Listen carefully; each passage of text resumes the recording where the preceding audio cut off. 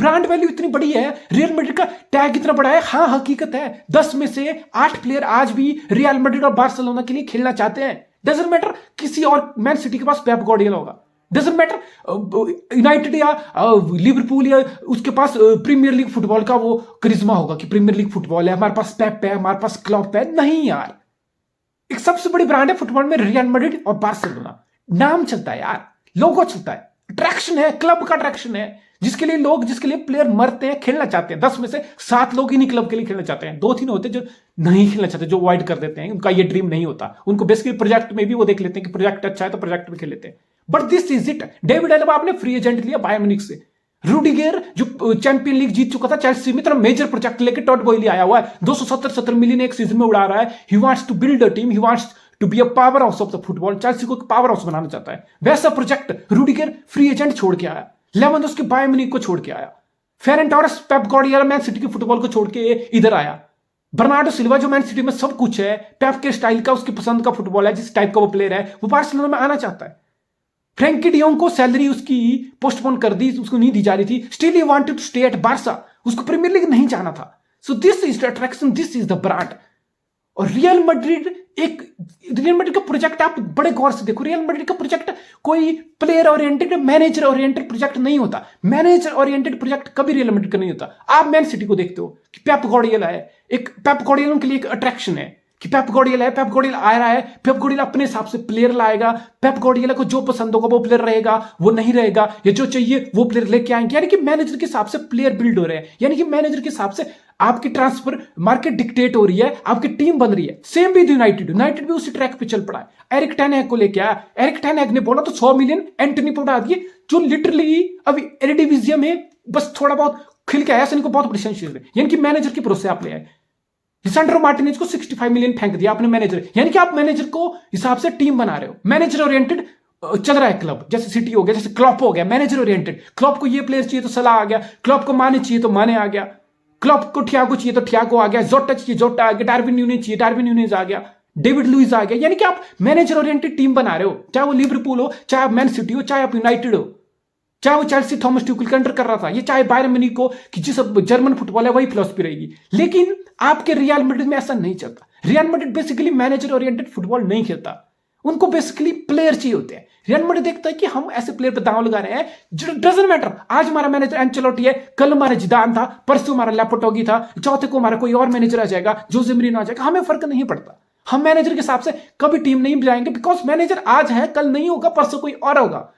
और हमारा real Madrid की स्ट्रेटजी रहती है कि हमें प्लेयर अच्छा लेना है, हमें एक ऐसा प्लेयर लेना है जो बैच के लिए खेल सके, लड़ सके, और जो अच्छा प्लेयर हो, जिसकी ऑल ओवर गेम अच्छी हो, जिसके पास एबिलिटी हो, वर्ल्ड क्लास पोटेंशियल हो। फिर हमें फर्क नहीं पड़ता एक मैनेजर आएगा या दूसरा आएगा, बिकॉज जो अच्छा प्लेयर होगा वो एडजस्ट कर लेगा, वो जोसे मौरिनो की गेम भी एडजस्ट कर लेगा, वो पेप गार्डियोला की गेम में भी एडजस्ट कर लेगा, वो यूर्गन क्लॉप या थॉमस ट्यूकल की गेम में भी एडजस्ट कर लेगा।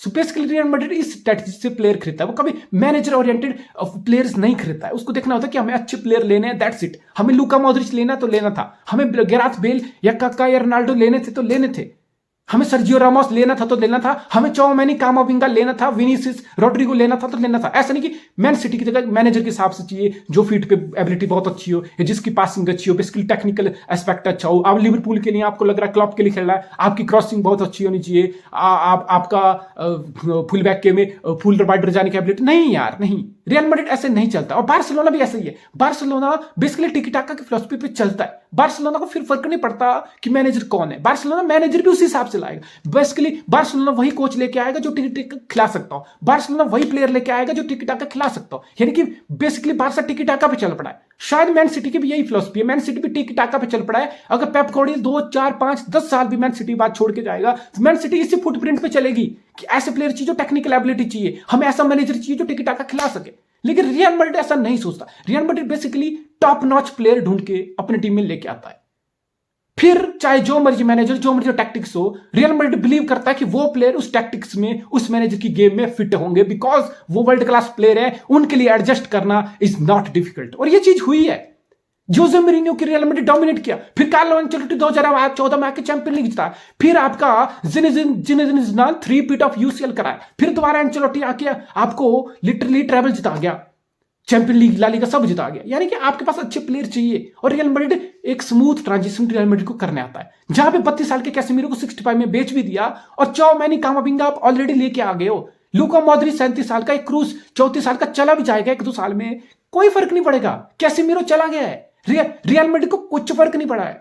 चौमैनी, कामाविंगा, फेडे वल्वर्डी, ये तीनों तैयार हैं। 1-2 साल में क्रूज मॉड्रिच रियल मैड्रिड की टीम से गायब होंगे और हम ये नहीं देखेंगे कि रियल मैड्रिड रोने के बैठ गया है, यार शिट अब हमारा क्या होगा, कहां गए वो दिन, कहां गए प्लेयर, बिकॉज नहीं होगा। आप स्मूथ ट्रांजिशन ऑलरेडी कर चुके हो। आपसे रामोस निकल गया, चला गया, किसको फर्क पड़ा? किसी को नहीं। एडर मिलिटाओ पोर्तो से आके आग लगा चुका है, he had a brilliant campaign.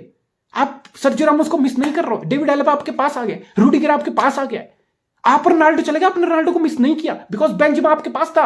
अब बेंजेमा 1-2 साल में चला जाएगा, आप इस चीज को मिस नहीं करोगे। ऑब्वियसली आप किलियन एम्बापे को चाहते थे, फिर आप इसलिए चाहते थे कि आपको पता था कि हमें एक नेक्स्ट सुपरस्टार चाहिए। अब बेंजेमा चला जाएगा, हम फर्क नहीं पड़ेगा। अब किलियन एम्बापे नहीं आ रहा, एर्लिंग हालैंड मैन सिटी में बैठा है, तो रियल मैड्रिड देखा कि what else we can do.